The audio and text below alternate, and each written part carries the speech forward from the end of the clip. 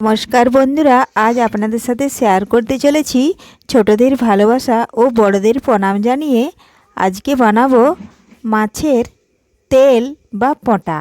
তো দেখুন, তার জন্য ধুয়ে পরিষ্কার করে লবণ হলুদ মাখিয়ে নিয়েছি। আর এখানে দেখুন দুটো বড় সাইজ পেঁয়াজ কুচিয়ে নিয়েছি, আর কাঁচা লঙ্কা দেখুন দুটো আমি কুচিয়ে নিয়েছি। আপনারা ঝালটা আপনাদের পছন্দ মতো দেবেন, যে যতটাই ঝাল খেতে পছন্দ করেন। পেঁয়াজেও দেখুন লবণ আর হলুদ আমি মাখিয়ে নিয়েছি। এখন গ্যাস ধরিয়ে দেখুন কড়াই বসিয়ে দিয়েছি। কড়াইয়ের মধ্যে পরিমাণ মতো দিলাম সাদা তেল। তেল একটু ভালোভাবে গরম করে নিচ্ছি। রেসিপিটা বানানো কিন্তু খুবই সহজ। একবার দেখলে আপনারাও বাড়িতে এই মুখরোচক রেসিপিটি বানিয়ে নিতে পারবেন। মাছ, মাংস, ডিম তো আপনারা অনেকেই খাচ্ছেন, একবার এইভাবে বানান। দেখুন তেল গরম হয়ে গেছে, দিলাম গোটা জিরে, একটু ভেজে নিচ্ছি।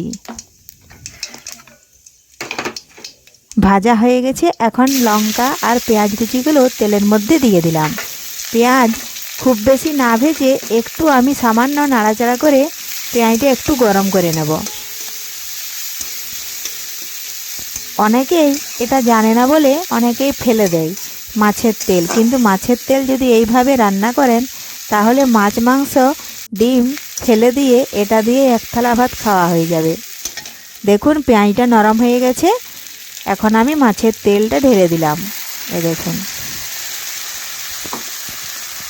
এখন নাড়াচাড়া করে দেখুন আমি মিশিয়ে নেব পেঁয়াজের সাথে।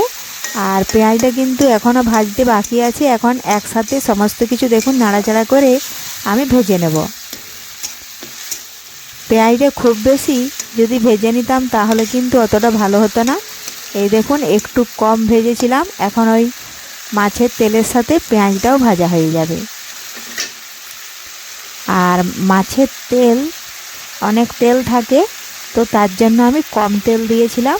দেখুন ওপরে একটুকু দিলাম লাল লঙ্কার গুঁড়ো, তাতে কালারটা কিন্তু আরও ভালো আসবে। নাড়াচাড়া করে দেখুন মিশিয়ে নিচ্ছি। দেখুন এভাবে মিশিয়ে নিতে হবে। দেখুন কত তেল বের হচ্ছে, এই জন্য কম তেল দিয়েছিলাম। দেখুন এইভাবে নাড়াচাড়া করে একটু শুকনো শুকনো ভেজে নিলেই তৈরি হয়ে গেল মাছের তেল রেসিপি। রেসিপিটা ভালো লাগলে লাইক, শেয়ার, কমেন্ট করতে অবশ্যই ভুলবেন না বন্ধুরা। ধন্যবাদ। ফিরে আসবো আবারও কোনো নতুন রেসিপি নিয়ে।